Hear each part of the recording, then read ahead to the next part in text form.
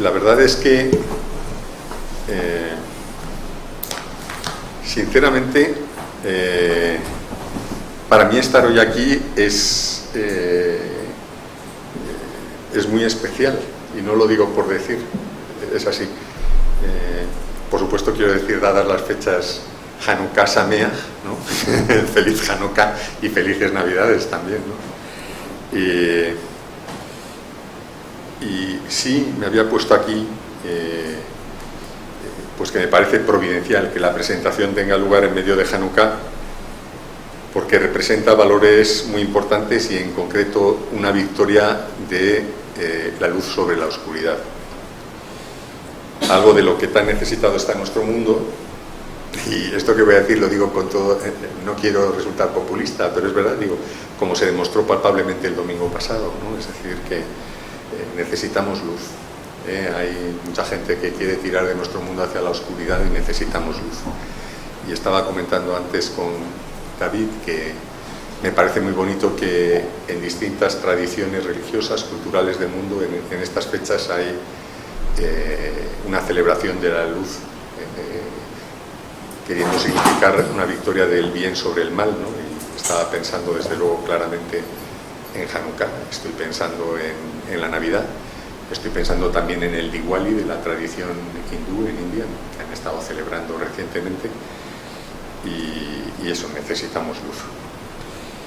Y bueno, como decía, poder hacer la presentación aquí en el Centro Separat para mí supone la realización de un sueño en relación con mi novela.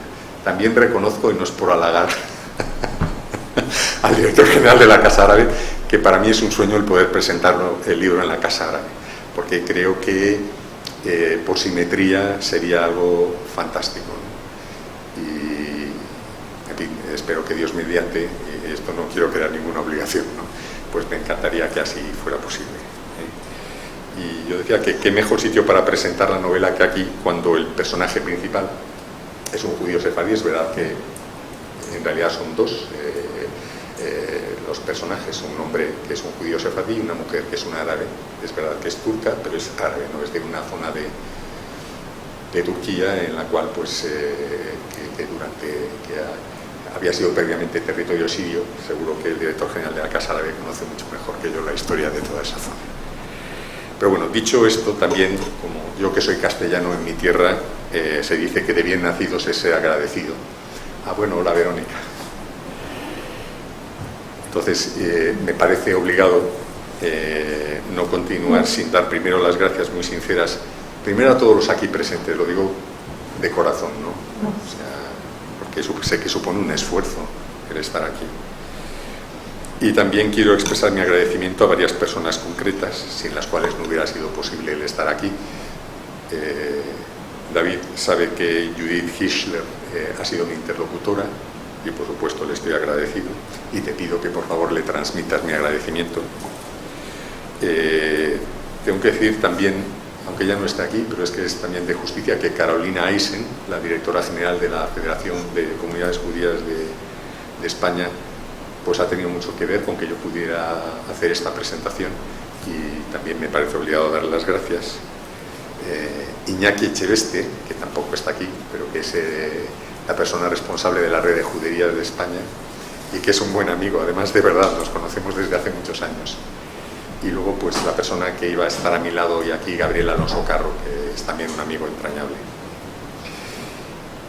Y bueno, además de dar, y por supuesto quiero dar las gracias muy sinceramente a Miguel Moro por estar aquí. Me parece sinceramente bueno, pues eso. Es un placer. Muchas gracias, sinceramente. No hace falta que mencionar, pero es un honor para mí. Sí. Entonces, decir que bueno, que resulta muy especial estar hoy aquí por lo que acabo de decir y por razones personales, algunas de las cuales voy a desgranar a continuación. Desde niño me llamó poderosamente la atención la extraordinaria fidelidad que los sefardíes han mostrado hacia España y hacia la cultura hispánica, y digo algo que resulta especialmente conmovedor cuando se tiene en cuenta que los echamos, no nosotros, pero nuestros antepasados los expulsaron, ¿no? Y que ha transcurrido nada menos que medio milenio desde que fueron expulsados. Pues esa fidelidad a mí me impresiona, ¿no? Y se pueden contar tantos ejemplos, que en todo caso se pueden comentar en en otro momento, ¿no? Por otra parte, aunque no tengo certeza, es muy probable que una parte de mis antepasados maternos tenga raíces sefardíes, algo que por otra parte es común a un gran porcentaje de españoles. Y situado ya en el contexto de por qué para mí es especial presentar mi novela en el Centro Sefarad, empieza a entrar en materia. No quiero desvelar más de lo necesario, pero como doy por hecho que casi nadie de los presentes ha leído mi novela, cuento lo esencial de la misma. Digo, mi novela, Mi nombre es cualquiera, relata el peregrinaje desde Oriente Próximo hasta Nueva York de una pareja constituida por un médico sirio, sefardí, Yosef, y su amor, Yasmina, una enfermera musulmana turca. Yosef abandona Siria y en concreto Alepo, que creo que en la tradición judía es conocido como Aram Zobá, por la guerra civil que destruye su país, y quiere llegar a Nueva York porque considera que allí tiene la posibilidad de vivir con la libertad que anhela para desarrollar su proyecto vital.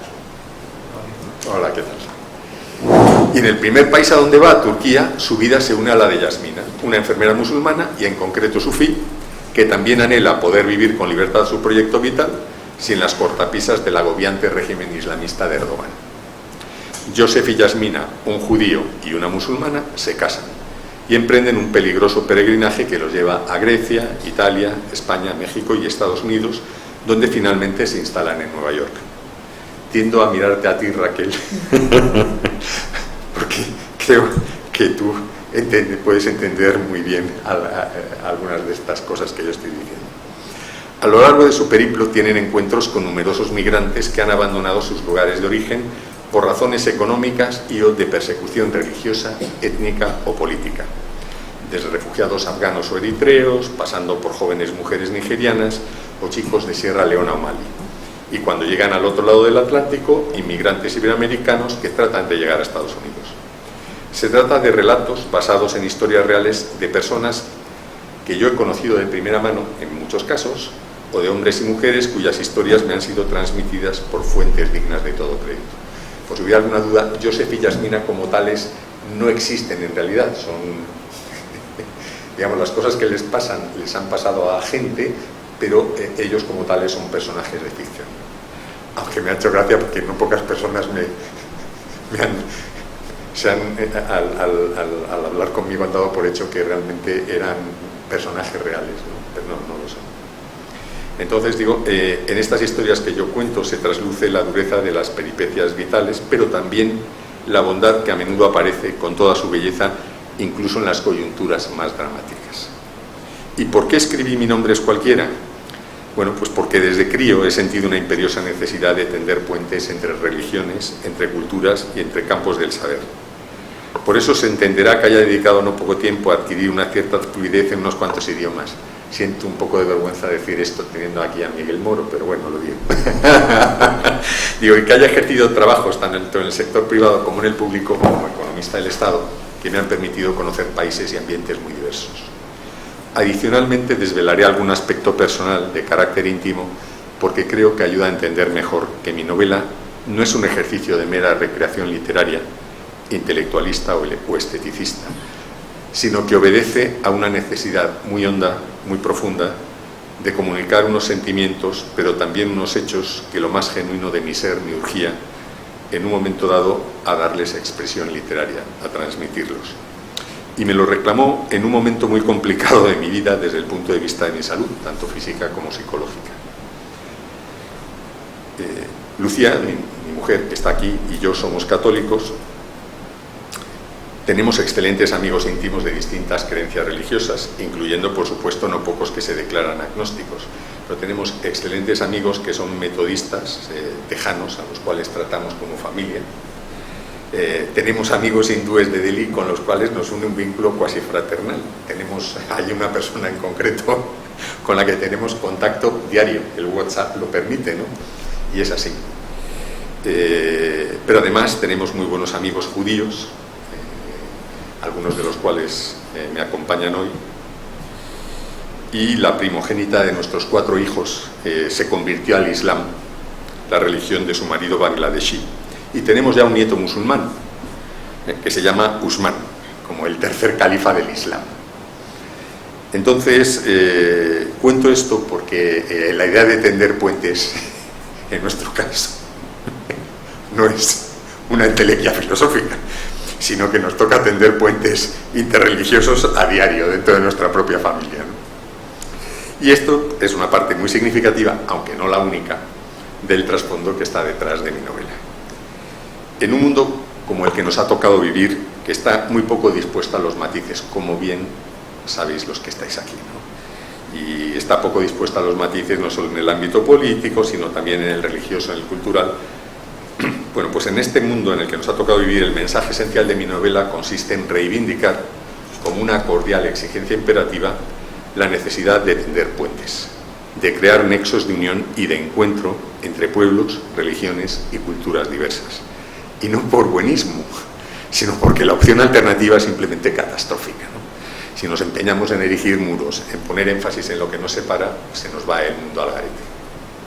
Pues bien, un ingrediente muy importante de la aportación a la construcción de puentes en este momento histórico consiste, a mi modesto entender, en contribuir, y digo a mi modesto entender porque decirlo aquí y decirlo en presencia de personas a las que ya he citado antes, pues lo tengo que decir con la boca pequeña, pero bueno, entiendo que un ingrediente importante de la aportación a la construcción de puentes en este momento histórico consiste en contribuir a dar a conocer la realidad del mundo judío y del mundo musulmán, porque en nuestra sociedad casi todo bicho viviente tiene opinión, eso por supuesto, todo el mundo tiene opinión sobre los judíos y los musulmanes, ¿no? Pero los prejuicios respecto a esos mundos, incluso en gente en principio oculta, a veces resultan sobrecogedores, como sabéis perfectamente. En el mundo cristiano la gente se esfuerza enormemente en matizar su pertenencia a una determinada confesión o a un cierto movimiento dentro de una confesión cristiana. Nos parecería ignorante, incluso entre gente no practicante, no saber diferenciar entre un católico y un ortodoxo, o un metodista o un luterano. Pero es que además dentro de la Iglesia Católica, e insisto, Lucía y yo lo somos, la gente practicante se toma gran interés en que no la confundan con miembros de un grupo distinto al suyo, ¿no? Sin embargo, es muy frecuente en todo tipo de ambientes, en España y en realidad en todo Occidente, ¿no?, que no se distinga adecuadamente entre judío e israelí, como bien sabéis, y que no se sepa prácticamente nada de la gran variedad cultural dentro del mundo hebreo, así como sobre la muy significativa diversidad dentro de la práctica de la religión judía. Por otra parte, también es sumamente habitual en nuestro país y en el conjunto de Occidente que se confunda musulmán con árabe, que no se distinga entre árabes, turcos y persas. Del mismo modo, es moneda común que se haga equivalente el Islam de, por ejemplo, Mali con el de Arabia Saudí o el de Indonesia. Asimismo, es habitual desconocer la diferencia abismal entre un wahabí y un sufí. En definitiva, no se suelen hacer distingos ni matizar a la hora de encasillar las acciones de cualquier miembro del heterogéneo conglomerado musulmán, integrado por más de 2.000 millones de personas, distribuidas por todos los continentes y con la misma diversidad étnica y lingüística que los cristianos, si bien es cierto que con una composición porcentual distinta. Pues bien, los protagonistas de mi novela son un judío y una musulmana, Yosef y Yasmina, y su historia de amor, la cual en sí misma ya constituye para algunos extremistas de ambas religiones un escándalo, un cuasi tabú, que no puede ni concebirse siquiera, porque a su juicio podría poner en riesgo de desmoronamiento los muros infranqueables que desean que existan entre religiones y culturas diversas. Y que, dicho en términos económicos, creía que hoy iba a estar, no habrá podido estar al final, un ilustre economista del Estado que fue secretario de Estado de la Unión Europea y que estoy seguro que sonreiría con lo que voy a decir, ¿no?, diciendo que en cuanto a los muros infranqueables que desean que existan entre religiones y culturas diversas, dicho en términos económicos, les permite mantener unos mercados cautivos de los fieles seguidores de sus credos, ¿no?, apuntalados con la evocación de miedos ancestrales hacia el otro, hacia el distinto.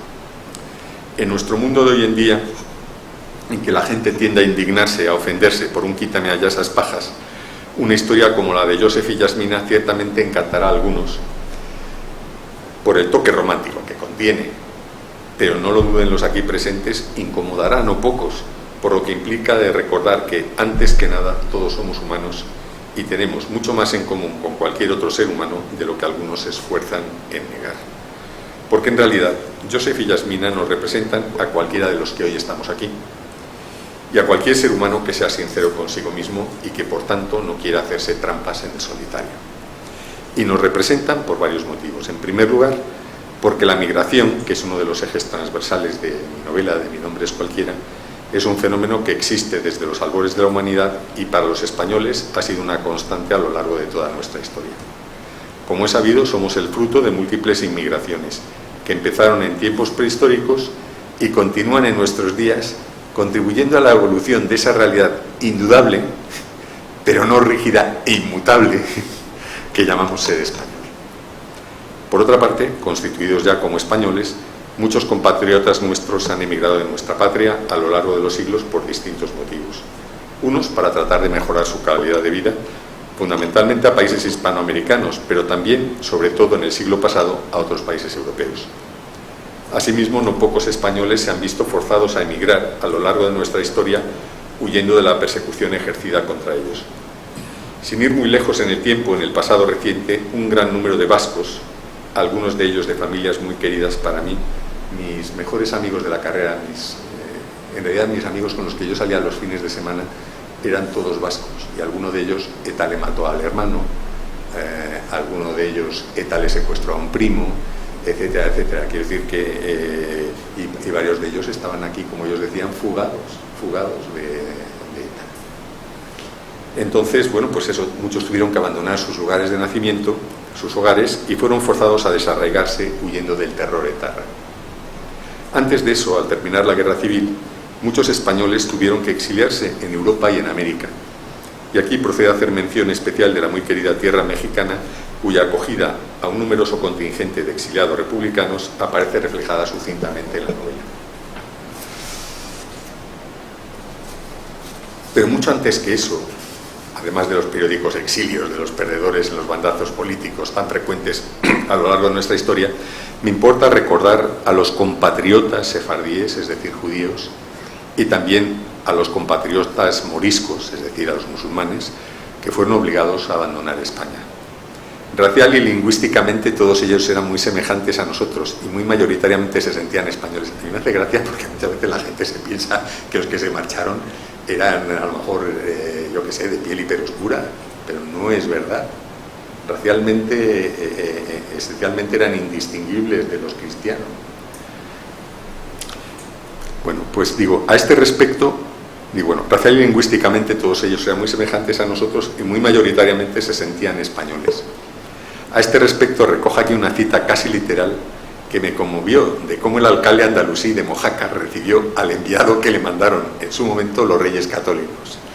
Este les dijo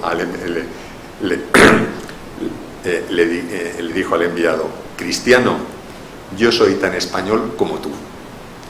Cuando los de mi religión llevamos más de 700 años viviendo en España, nos decís: sois extranjeros, volved al mar. Y a eso yo te respondo: antes que entregarme como un cobarde, sabré morir como un español.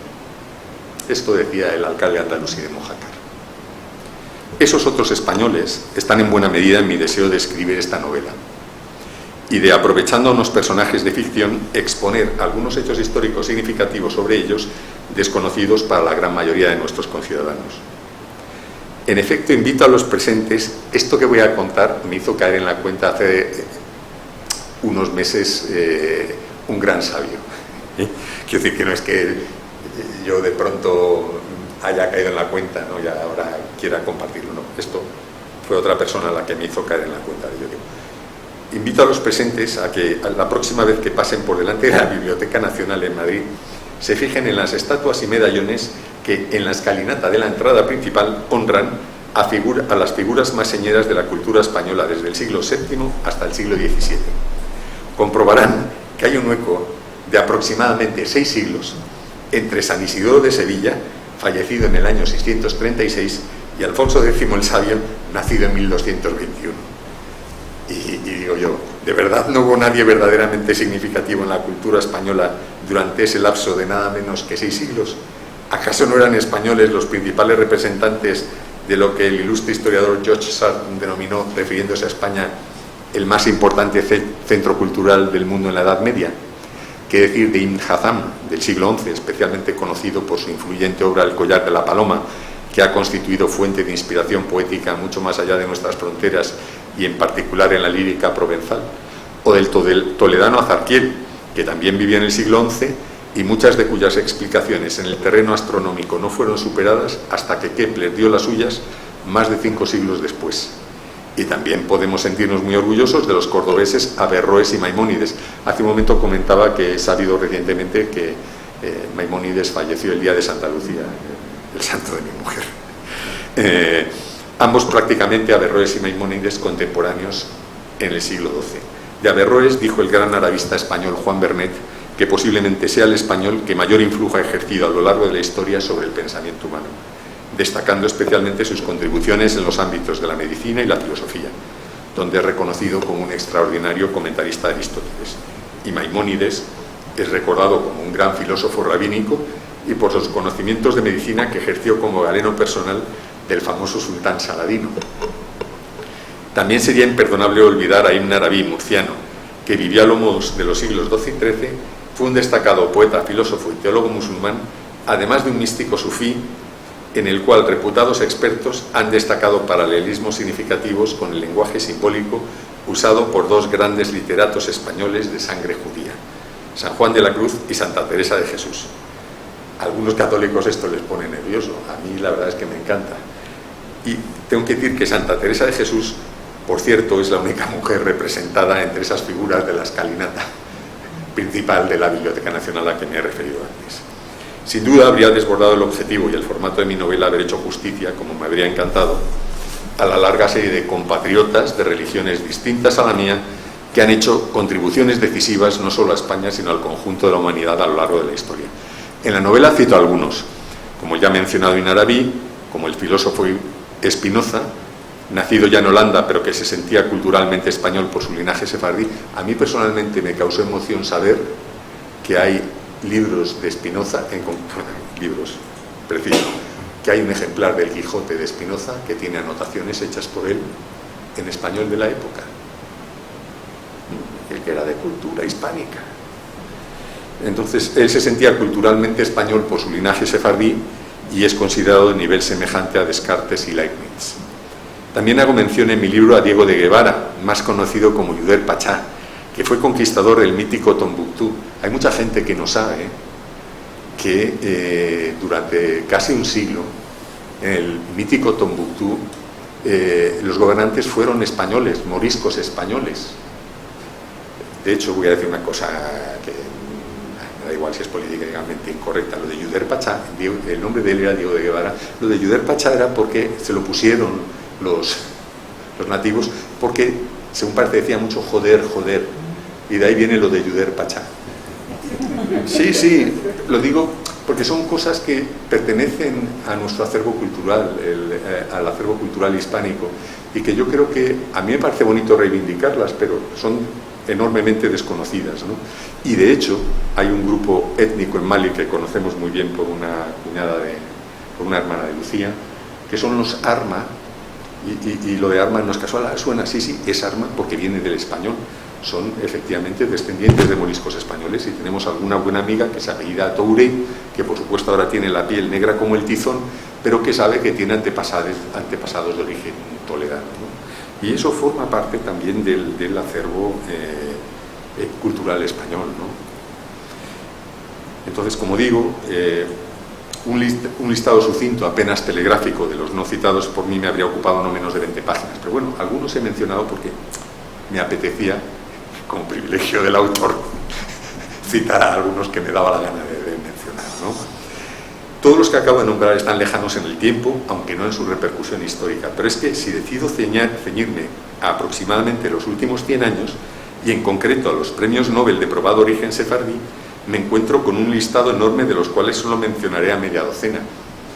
Niels Bohr, galardonado con el Premio Nobel de Física en 1922 por sus trabajos sobre la estructura atómica y la radiación, y que tiene pues un papel relativamente significado en la famosa película Oppenheimer, ¿no? Bueno, Elías Canetti, que a mí también me hace gracia porque tengo buenos amigos que se apellidan Cañete, y según parece ese era su apellido original. Su apellido original era Cañete, pero bueno, lo conocemos como Elías Canetti. Premio Nobel de Literatura en 1981. Franco Modigliani, que yo como economista pues me es especialmente querido, Premio Nobel de Economía en 1985 por sus contribuciones digamos, al conocimiento de los mercados financieros. Y luego en medicina, pues es que ha habido varios premios Nobel sefardíes vamos, excepcionales, ¿no? En 1969 Salvador Luria, en 1980 Baruch Ben-Azerraf, en 1986 Rita Levi Montalcini. Y bueno, no sigo, o sea, podría haber citado más, pero a mí también me produce orgullo el pensar que estas personas son, bueno, pues de origen sefardí. Y digo, entreverado con todo ello, ha habido un motivo fundamental en la génesis de esta novela. Y el objetivo es recordar, etimológicamente, volver a pasar por el corazón, algunos hechos significativos de la labor de España en el mundo. Sí, yo reconozco abiertamente que me siento orgulloso de ser español. No soy nacionalista, pero sí me siento orgulloso de nuestra historia. Y bueno, como digo, pues he querido recordar algunos hechos significativos de las labores de España en el mundo, aprovechando el peregrinaje de Yosef y Yasmina por territorios con una profunda huella hispánica, como la República Mexicana o el Estado estadounidense y anteriormente mexicano de Texas. Como parte de esa importante contribución española a la humanidad, en la novela recuerdo a Francisco de Vitoria, insigne representante de la Escuela de Salamanca, y por cierto probablemente emparentado con la familia judeoconversa de los Cartagena. Francisco de Vitoria es considerado el padre del derecho internacional y por tal motivo me llena de orgullo que la sala del Consejo de la sede europea de la ONU, el conocido como Palacio de las Naciones de Ginebra, lleve su nombre. Vitoria fue el primero en afirmar, muy pocas décadas después de la llegada de Colón a América, que los indígenas americanos eran iguales en dignidad y derechos a los españoles. Con ello sentó las bases para que esa igualdad tuviera reconocimiento legal en nuestra patria a ambos lados del Atlántico, en concreto a través de las leyes de Indias. Y la abundante presencia de mestizos en las tierras que fueron españolas, a diferencia del apartheid, que fue santo y seña en la inmensa mayoría de las otras colonizaciones europeas, y en concreto en la británica, alemana y holandesa, testimonia que se produjo un auténtico injerto biológico y cultural en las sociedades transatlánticas y también en buena medida en Filipinas. Miro aquí a mi amigo Enrique, porque mi amigo Enrique tiene sangre filipina, que dio lugar a verdaderas sociedades híbridas desde el primer momento de la presencia hispánica. Digo porque muchas veces se puede decir qué pasó con la historia, ¿no? Pero hay un dato concreto. Donde hubo españoles, hay indios y hay mestizos. Donde han estado otros, se los cepillaron. Perdón por hablar así. No fue ese el caso en otras colonizaciones, donde en lugar de injertos se produjo un auténtico trasplante de sociedades europeas, que fueron trasladadas a suelo americano, en lugar de crear una nueva realidad mixta. Es verdad que algunos dirán, es que nosotros no queríamos proceder esa contaminación. Bueno, allá ellos. Los españoles sí que se prestaron a esa hibridación, ¿no? Y como digo, hubo en otras colonizaciones un auténtico trasplante de sociedades europeas que fueron trasladadas a suelo americano en lugar de crear una nueva realidad mixta como en el caso hispánico y en gran parte también en el de los territorios de nuestros hermanos portugueses. Con ello no quiero negar los hechos negativos incurridos a lo largo de nuestra historia, incluido en nuestra presencia en América. No digo que todo fuera maravilloso, ¿no? Pero no es desde luego la leyenda negra que nos han querido hacer creer, ¿no?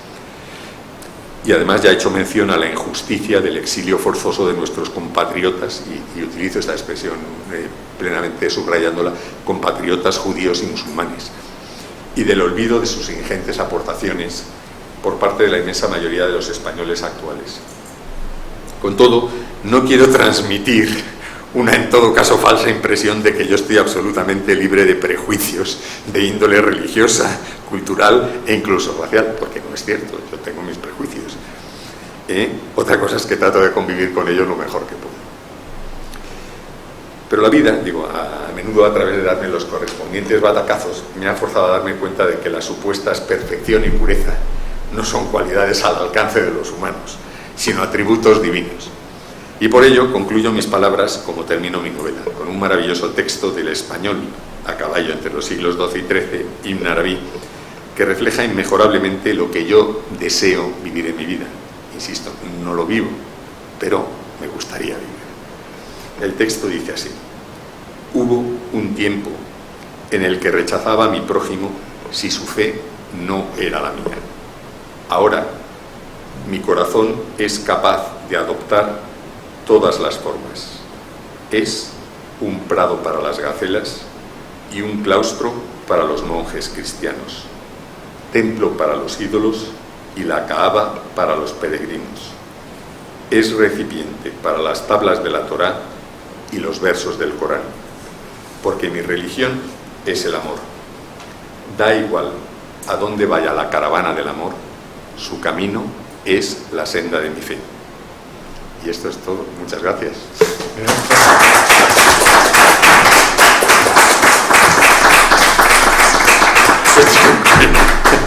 Es lo que tenía que decir. Espero que no haya resultado demasiado rollo, ¿no? Pero bueno, aquí, como veis, he transmitido por qué escribí esta novela, ¿no? Y lo que quería reflejar. Sé que, lo digo abiertamente, sé que no soy García Márquez ni Vargas Llosa, por supuesto, pero sí estoy contento de haber hecho una pequeña contribución modesta a intentar tender un poquitín de puente, ¿no? En este mundo tan loco en el que nos ha tocado vivir, y por eso me hace mucha ilusión el estar hoy aquí, ¿no?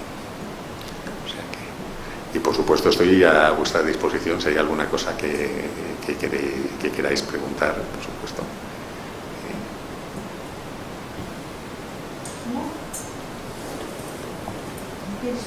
Bueno, no es felicitarle todo.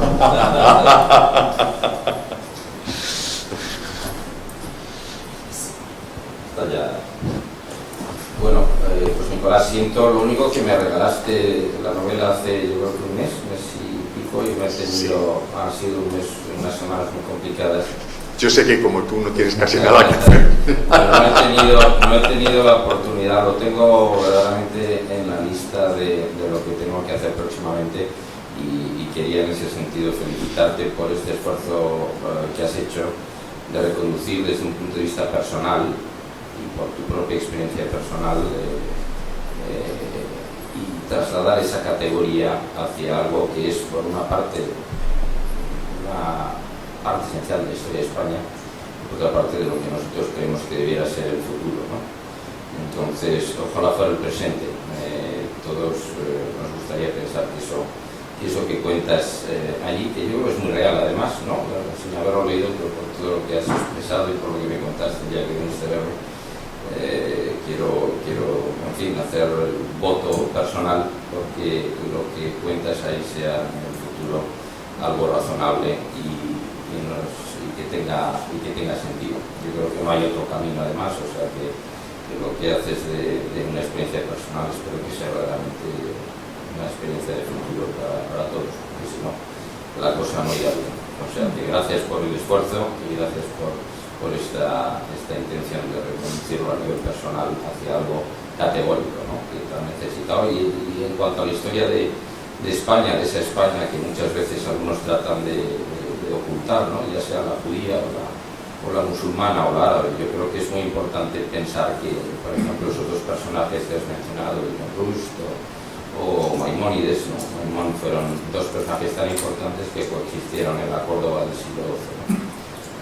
Yo creo que es algo que todos debemos recordar, que eso fue así en algún momento y que debe seguir siendo en el futuro. Mira, yo la verdad es que no puedo más que darte las gracias de corazón.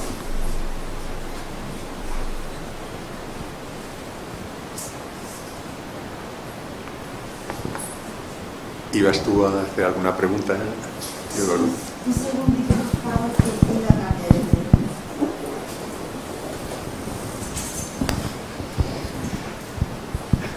Muchas gracias, Nicolás, porque yo sí que me he leído el libro y me ha gustado mucho. Tiene algunos pasajes que yo los he disfrutado especialmente, o sea, el inicio de la salida por todos los países por los que van pasando, pues es muy creíble, muy interesante, y te ves los dramas personales de muchas personas, pero no los voy a contar porque no voy a reventarte la novela, o sea pero que es muy, a mí me ha gustado mucho. Hay otras partes que son también extraordinarias. Hay un discurso en México por parte de un rabino que me parece extraordinario, y el final es muy bueno también. Pero eso no digo nada para eso, pero me ha gustado mucho. A lo largo de toda la novela yo por lo menos he encontrado, o sea, que aquí cada uno tendrá su interpretación del tema, todas igualmente válidas o criticables, pero la mía es esta, que a todo lo largo del texto ves una importancia de las personas por encima de la creencia. Yo por lo menos eso me he llevado, cosa que me parece una cosa básica de lo que, a mi entender, es la verdadera religión. Porque muchas veces nos fijamos en costumbres, en ritos, y despreciamos o se nos desvía la atención de lo básico, que es el prójimo, el que tenemos cerca o el que tenemos al lado, aunque no será prójimo. Entonces eso me parece que es esa tendencia, eso de crear puentes, es tan básico, tan importante, que se ve a todo lo largo de la novela. Y enhorabuena, porque me ha gustado mucho y te deseo mucho éxito en este tema. Gracias. Creo que Eduardo es amigo, por supuesto, por estar hablando también de mí. Él es de la misma promoción que yo del Cuerpo de Técnicos, Comerciales, del Estado, y él, entre otros sitios, vivió varios años en Egipto, vivió en el Cairo, o sea que conoce algo del mundo, ahora que vamos a decir.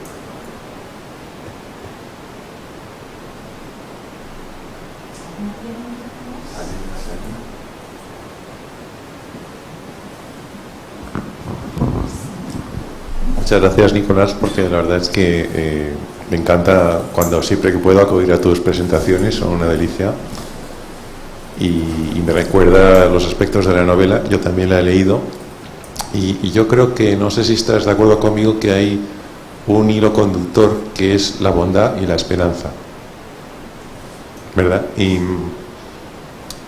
me parece, como te he dicho en alguna ocasión, que es una hora muy necesaria en este momento. Nuestro mundo necesita recuperar la bondad y la esperanza, ¿no? Y yo creo que es una contribución significativa. Te quería preguntar si la nueva novela tiene alguna relación con esta primera. Gracias. Bueno, primero de todo, muchas gracias. Lo de la bondad y la esperanza es muy importante. De hecho, en más de una presentación, la verdad es que me preguntaban, porque claro, es verdad, aparecen situaciones duras y es verdad que,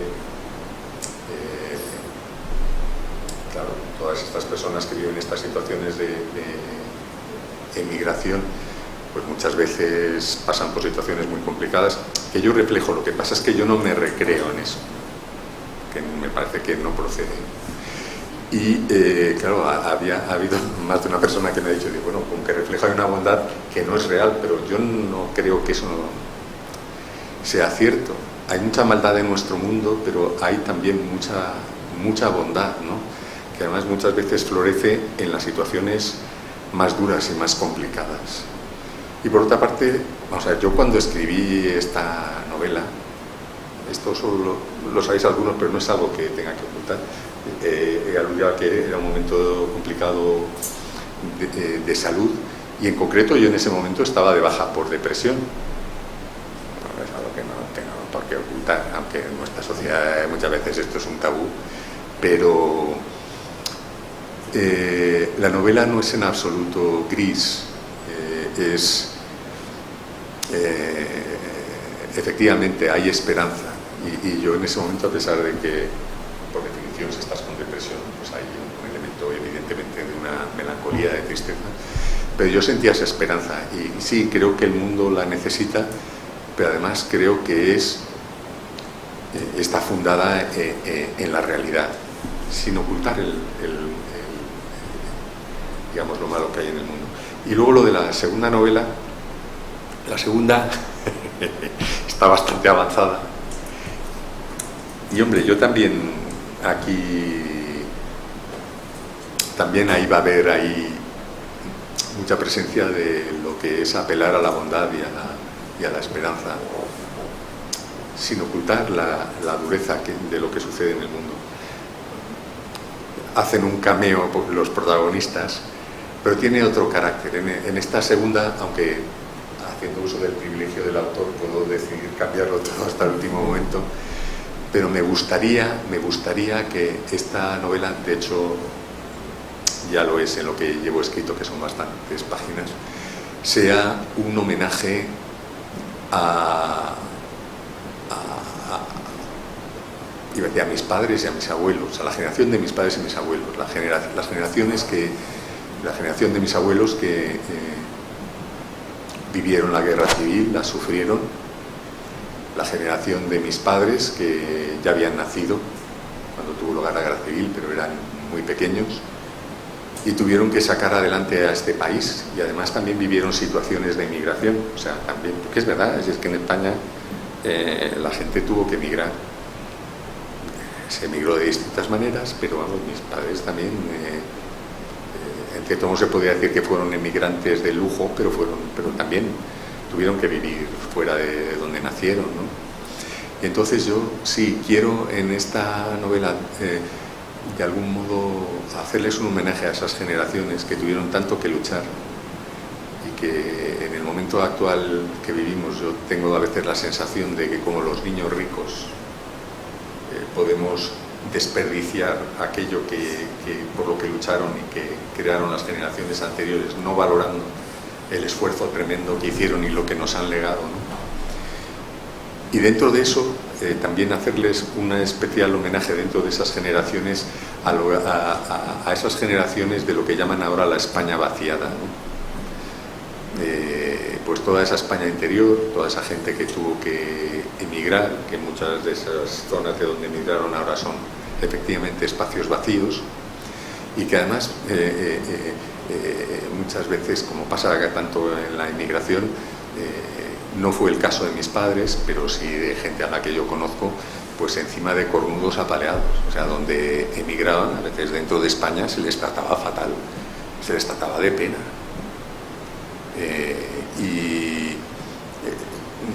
Bueno, hay más cosas que, digamos, yo tengo presentes, pero es en esencia un homenaje a estas generaciones, ¿no? Lo que pasa es que todavía me queda mucho por escribir.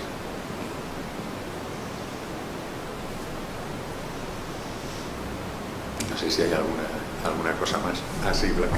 Sí. Bueno, ante todo me ha encantado siempre que he ido a alguna presentación aprendo muchísimo, he estado con el móvil apuntando cosas que has ido diciendo porque me parece la verdad es muy inspirador. Bueno, una duda que yo tengo, una curiosidad, es saber si has tenido conocimiento de que haya habido gente joven, vamos, adolescentes o gente que todavía está estudiando la carrera, por ejemplo, que haya leído tu novela y que haya tenido, y qué impresión ha sacado, porque a mí me da la sensación que hoy en día, por el pálpito que tenemos con nuestros alumnos, que estos temas no se los plantean. O sea, es que directamente viven como en una burbuja. O sea, cuando estamos en un momento de globalización, de posibilidades de viajar, pues es justo, están en una burbuja mayor que la que vivíamos nosotros.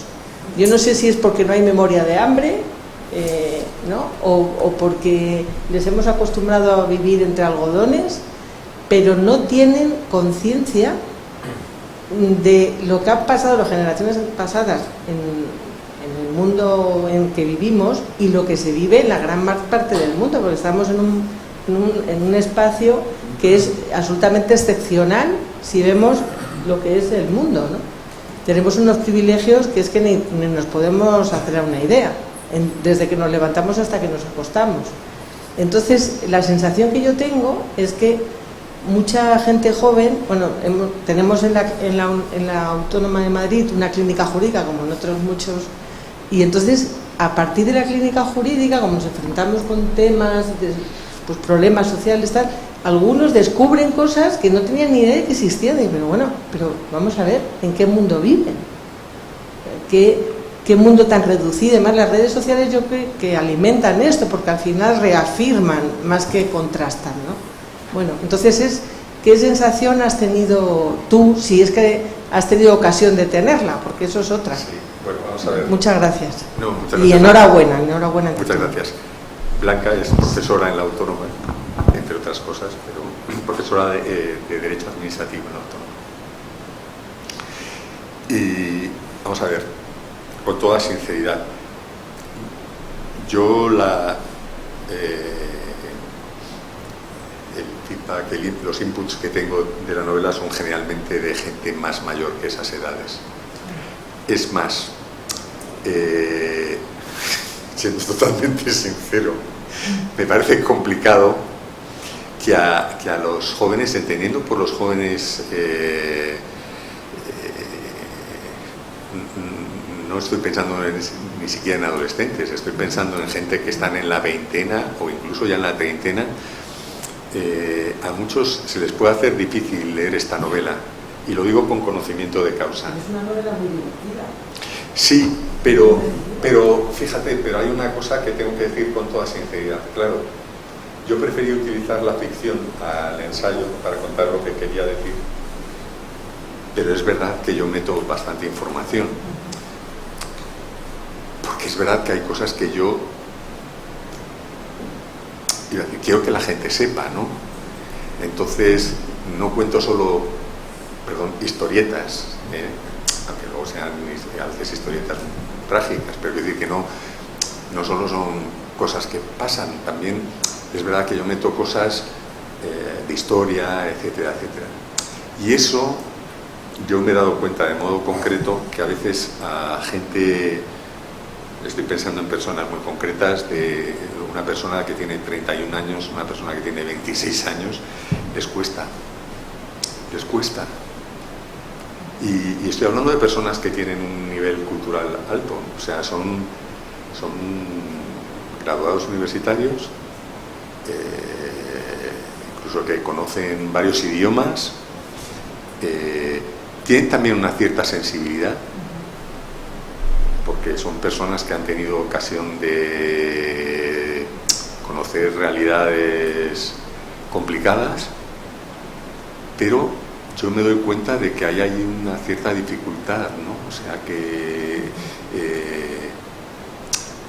ellos, lo voy a decir de una manera un poco tonta, preferirían una cosa como mucho más light y que no incluyera determinadas cosas. Eso es lo que yo veo, ¿no? O sea que, sin embargo, tengo que decir que en gente por encima de esa edad sí me he encontrado con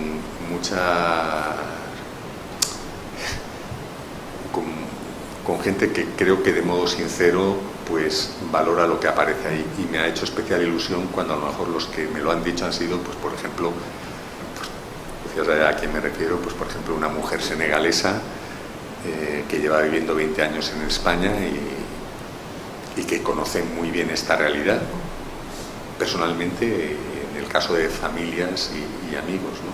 Y no solo el tema conoce la realidad de la emigración, sino que conoce también muy bien el tema religioso. Esta persona, por ejemplo, tiene en su familia musulmanes y cristianos, ¿no? Y entonces a mí la verdad me produjo mucha satisfacción cuando esta persona me dijo que esta novela le había encantado y que que ella se sentía representada, ¿no? Por lo que leía ahí. Ella en concreto, si recuerdo bien, su padre era cristiano, su madre musulmana, ¿no? Y bueno, y no es el único caso, ¿no? Pero el de esta mujer a mí me hizo una especial ilusión. Pero también tengo que ser muy realista de lo que he contado antes, es decir, me doy cuenta de que aparentemente para determinados estratos de edad les cuesta. Y, bueno, tengo que decir con toda humildad, pues me doy cuenta de que la novela parece que cuesta que les llegue a esos estratos de edad.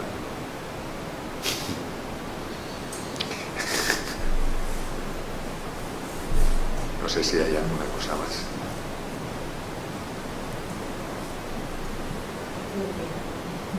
¿Eh? No sé qué nombre es. Rafael Durán. Sí, llego muy tarde. Es que vengo de comer en la atasco de la trama. Bueno, yo puedo decir que me he leído la novela, me ha gustado mucho, entre otras cosas porque yo llevo muchos años trabajando. En mi profesión me hace ir a Israel con mucha frecuencia y en el mundo judío pues lo conozco de cerca por la gente con la que estoy. Siempre me ha parecido una gente, no sé, a lo mejor suena mal, pero más culta que nosotros, sobre todo en el tema religioso. Y entonces en lo que describes, en lo que cuentas, como bien decías, no es solo una novela, sino que está muy bien, que informas de muchas cosas, instruyes de muchas cosas, pues me he visto muy reflejado en lo que he ido conociendo con estos 20 y tantos años que llevo viajando a Israel.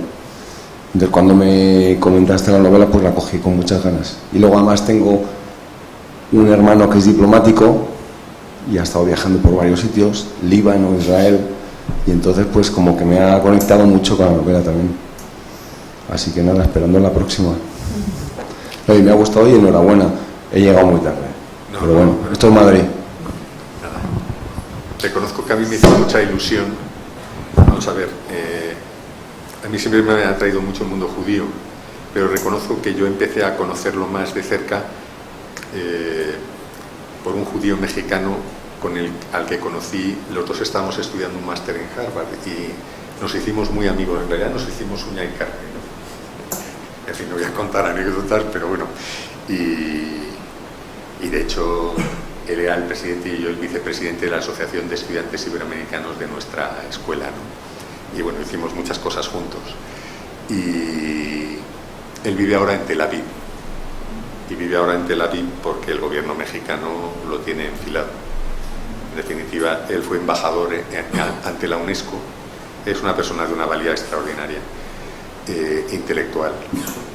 Y en un momento dado lo hicieron embajador ante la UNESCO.